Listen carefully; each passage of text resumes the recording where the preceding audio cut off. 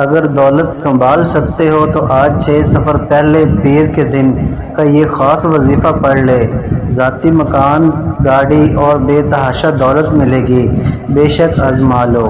بسم اللہ الرحمن الرحیم۔ آج 6 سفر پہلے پیر کے دن کا ایک خاص اور شرطیہ عمل لے کر آیا ہوں۔ جو بندہ آج یہ وظیفہ پڑھے گا، اللہ تعالیٰ اس وظیفے کو پڑھنے والے پر رحم کی بارش برساتا ہے اور اپنے فضل کی بارش برساتا ہے۔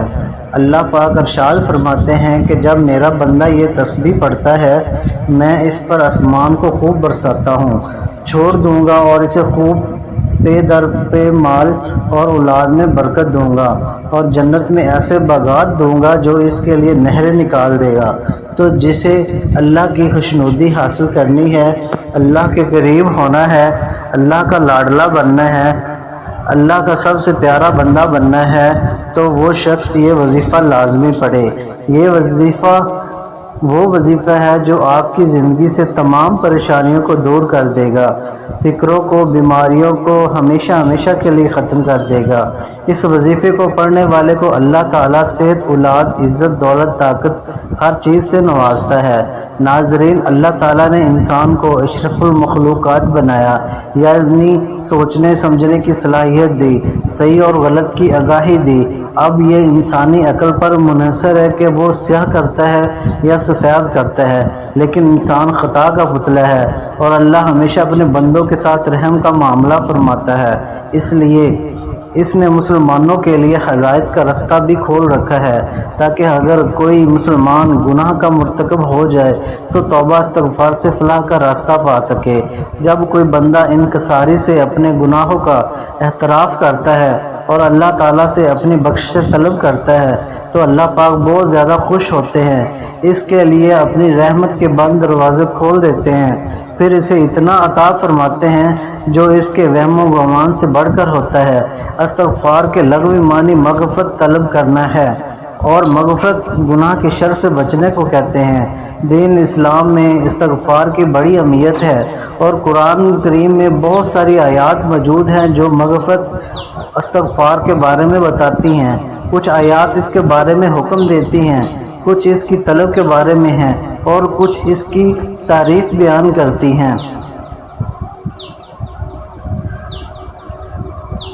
اللہ رب العزت نے نبی محترم صلی اللہ علیہ وآلہ وسلم کو حکم دیا اور فرمایا، اور اللہ تعالیٰ سے بخشے مانگو، بے شک وہ بخشنے والا اور مہربانی کرنے والا ہے۔ سورۃ مزمل میں رب کریم نے مومنوں کو اس بارے میں حکم دیا اور اللہ تعالیٰ سے بخشش طلب کرتے رہو، یقیناً وہ بخشنے والا مہربان ہے۔ القرآن علاوہ ازیں بے شمار آیات و حدیث ہیں جو استغفار کی اہمیت کو واضح کرتی ہیں اور بارگاہ رب العزت کے یہاں اس کے ثواب اور بندے کی ضرورت کو بیان کرتی ہیں۔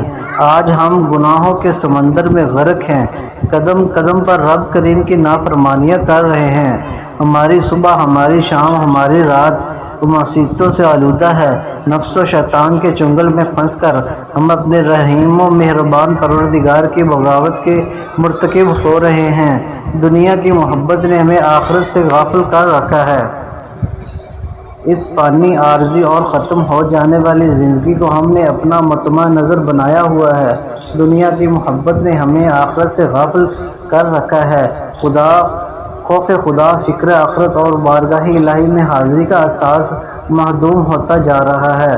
نتیجہ سامنے ہے، کثرت ذنوب نے ہم پر آفات و بلیات اور مصائب و آلام کے وہ پہاڑ توڑے ہیں کہ العلمان الحفیظ، حالانکہ کتاب و سنت ہمیں اس بات سے آگاہ کرتے ہیں کہ انبیاء کرام صلوات اللہ علیہم اجمعین کے علاوہ کوئی فرد بشر معصوم نہیں۔ ہر انسان سے خطا، غش اور غلطی کا صدور ہو سکتا ہے، لیکن بہترین خطا کار وہ ہے جو اپنے کیے پر نادم شرمسار ہو، جسے اس حقیقت کا احساس ہو کہ میرا رب مجھ سے اس بارے میں یقیناً پوچھے گا۔ یہی وجہ ہے کہ صاحب ایمان کو بار بار گناہوں کے دریا کی طرف متوجہ کیا گیا ہے۔ قرآن کریم کی 10ویں آیات مبارکہ توبہ استغفار کی اہمیت بیان کرتی ہے۔ سینکڑوں حدیث مبارکہ میں عنایت اور رجوع اللہ پر روشنی ڈالی گئی ہے۔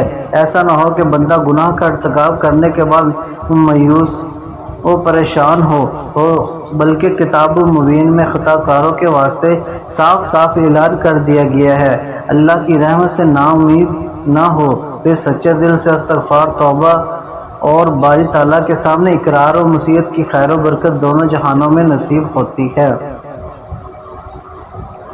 ایک حدیث مبارکہ میں جناب رسول اللہ صلی اللہ علیہ وآلہ وسلم نے ارشاد فرمایا، جو کوئی استغفار کو لازم پڑھے، اللہ تعالیٰ اس کے لیے ہر تنگی میں آسانی، ہر غم سے دوری کا سماں پیدا فرمائیں گے اور اسے ایسی جگہ سے رزق نصیب فرمائیں گے جہاں سے اس کا گمان بھی نہ ہو۔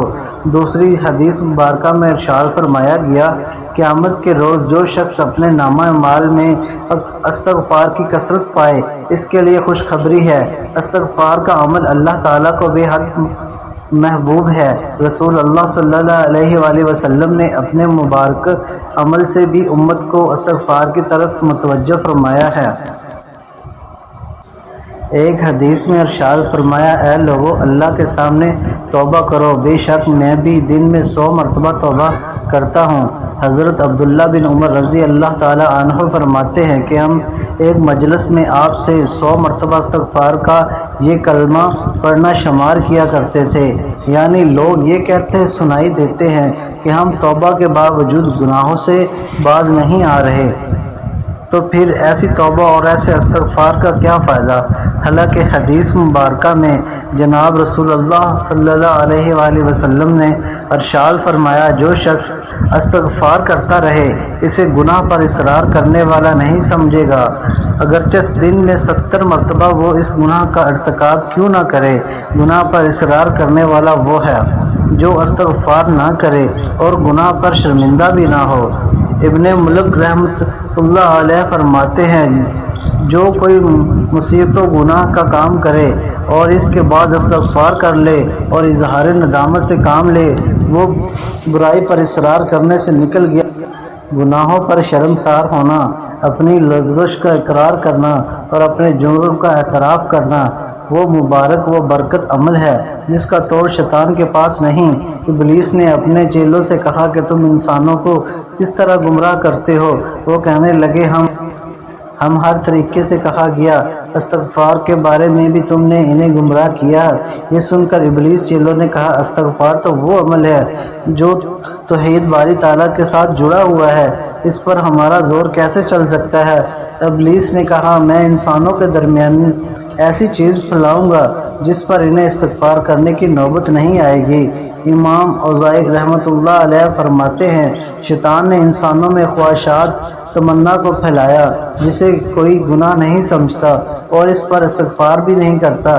وقت کی نزاکت کو مد نظر رکھتے ہوئے آئیے آج کے وظیفے کی طرف چلتے ہیں، لیکن اس سے پہلے اگر آپ اس چینل پر نئے ہیں اور آپ نے ابھی تک اس چینل کو سبسکرائب نہیں کیا تو خدا را اس چینل کو ابھی سبسکرائب کر لیں، کیونکہ ایسے بہت سے وظائف، بہت سے اعمال آپ کے حوالے ڈیلی بیسس پر کرتا رہوں گا۔ اب عمل کیا ہے؟ آج 6 صفر پہلے پیر کے دن کسی بھی وقت، جب جہاں جیسے آپ کو وقت مل جائے، کسی بھی نماز کے بعد پورا دن، پوری رات آپ کے پاس موجود ہے، باوضو مصلی پر بیٹھ کر سب سے پہلے آپ نے حضور پاک صلی اللہ علیہ وآلہ وسلم کی ذات اقدس پر درود پاک کا نذرانہ پیش کرنا ہے۔ درود پاک آپ کوئی سا بھی پڑھ سکتے ہیں، درود ابراہیمی پڑھ لیں یا صلی اللہ علیہ وآلہ وسلم پڑھ لیں یا صلی اللہ علیہ محمد پڑھ لیں، جو بھی آپ کو درود پاک یاد ہو آپ پڑھ سکتے ہیں۔ ایک بار درود ابراہیمی میرے ساتھ بھی پڑھ لیں تاکہ ثواب ہو۔ اللہم صلی علی محمد کما صلیت علی ابراہیم وعلی آل ابراہیم انک حمید مجید۔ اللہم بارک علی محمد وعلی آل محمد کما بارکت علی ابراہیم وعلی آل ابراہیم انک حمید مجید۔ جب ایک مرتبہ آپ لوگ درود پاک پڑھ لیں، بڑے اطمینان سے، بڑے سکون سے پڑھیے گا، تو اس کے فوراً بعد آپ نے اپنے مقصد کی نیت کرنی ہے۔ آپ نیا گھر چاہتے ہیں، گھر مانگ لیں، گاڑی چاہتے ہیں، گاڑی مانگ لیں، من پسند نوکری شادی کے لیے پڑھ لیں، قرض سے نجات کے لیے پڑھ لیں۔ آپ کو کوئی بڑی رقم چاہیے، اس کی نیت کر لیں۔ نافرمان اولاد، نافرمان شوہر کے لیے پڑھ لیں۔ الغرض آپ کا جو بھی بڑے سے بڑا مقصد ہے، آپ کی جو بھی بڑی سے بڑی حاجت ہے، اپنے مقصد کی نیت کرتے ساتھ ہی فوری طور پر آپ نے ایک بار اعوذ باللہ من الشیطان الرجیم بسم اللہ الرحمن الرحیم پڑھ کر وظیفے کا آغاز کرنا ہے۔ اور سب سے پہلے نمبر پر آپ نے جو وظیفہ پڑھنا ہے وہ وظیفہ یا اللہ یا رحمان یا رحیم کا وظیفہ ہے۔ یہ تینوں اللہ تعالیٰ کے اسم اعظم ہیں۔ اللہ تعالیٰ کے یہ تینوں اسم اعظم ملا کر پڑھیں گے تو یہ ایک شمار ہوگا۔ آپ نے یہ اسم اعظم کیسے پڑھنا ہے اور کتنی بار پڑھنے ہیں یہ اچھی طرح سمجھ لیں۔ یا اللہ یا رحمان یا رحیم ایک بار ہو گیا، یا اللہ یا رحمان یا رحیم دو بار ہو گیا، یا اللہ یا رحمان یا رحیم تین بار ہو گیا۔ اس طرح سے آپ ہاتھ کی انگلیوں پر پڑھ لیں یا تسبیح کے دانے پر پڑھ لیں۔ آپ نے 101 بار پڑھنے ہیں، یعنی ایک مکمل تسبیح آپ نے پڑھنی ہے۔ اچھی طرح گن کر پڑھنے ہیں، تعداد میں کمی بیشی نہیں کرنی۔ اس کے بعد آپ نے دوسرے نمبر پر جو وظیفہ پڑھنا ہے وہ وظیفہ استغفر اللہ کا وظیفہ ہے۔ یہ وظیفہ آپ نے کیسے پڑھنا ہے میں بتانے لگا ہوں، اچھی طرح سمجھ لیجئے۔ استغفر اللہ ایک بار ہو گیا، استغفر اللہ دو بار ہو گیا، استغفر اللہ تین بار ہو گیا۔ اسی طرح آپ دائیں ہاتھ کی انگلیوں پر پڑھ لیں یا تسبیح کے دانوں پر پڑھ لیں۔ آپ نے 101 بار پڑھنا ہے، یعنی استغفر اللہ کی بھی آپ نے مکمل ایک تسبیح پڑھنی ہے۔ جب آپ استغفر اللہ 101 بار پڑھ لیں تو اس کے بعد آپ نے آخر میں اور تیسرے نمبر پر جو سورت پڑھنی ہے، یہ سورت سب سے آسان اور بہت ہی زیادہ مجرب سورت ہے۔ آج کا وظیفہ بہت ہی خاص ہے۔ 6 سفر پہلے پیر کا یہ وظیفہ آپ نے دن میں کسی بھی وقت کر لینا ہے، جب آپ کے پاس وقت ہو۔ پورا دن پوری رات آپ کے پاس موجود ہے۔ اگر آپ کسی نماز کے بعد پڑھنا چاہتے ہیں تب بھی پڑھ سکتے ہیں، اور اگر آپ چلتے پھرتے یہ وظیفہ پڑھ سکتے ہیں، یا جب آپ یہ ویڈیو دیکھ رہے ہوں تو ساتھ ساتھ یہ وظیفہ پڑھ لیں، کیونکہ اس وظیفے میں نہ وقت کی کوئی پابندی ہے اور نہ ہی جگہ کی کوئی پابندی ہے۔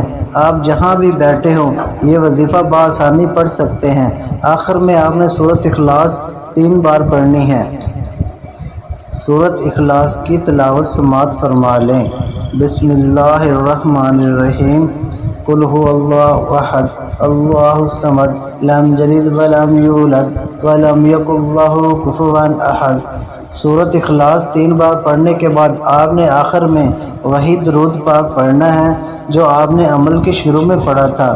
تو اب آپ کا 6 سفر پہلے پیر کے دن کا عمل مکمل ہو جائے گا۔ آخر میں آپ نے اللہ تعالیٰ سے دعا کرنی ہے، جو آپ کی حاجات ہوں، جو آپ کی خواہشات ہوں اور مقاصد ہوں، اور وہ آپ نے اللہ تعالیٰ کی بارگاہ الہی میں پیش کرنے ہیں۔ انشاءاللہ اس وظیفے کی برکت سے اللہ تعالیٰ آپ کی تمام پریشانیاں حل کر دیں گے اور آپ کی جو بھی حاجات ہیں وہ پوری کر دیں گے۔ دعا ہے رب کریم میرا سنانا اور آپ کا سننا اپنی پاک بارگاہ الہی میں قبول و منظور فرمائے، آمین۔ تمام ناظرین سے گزارش ہے کہ اپنے رزق میں برکت، وسعت اور کشادگی کے لیے اللہ تعالیٰ کے 99 ناموں میں سے کوئی ایک نام کمنٹ میں ضرور شیئر کریں۔ السلام علیکم ورحمۃ اللہ وبرکاتہ۔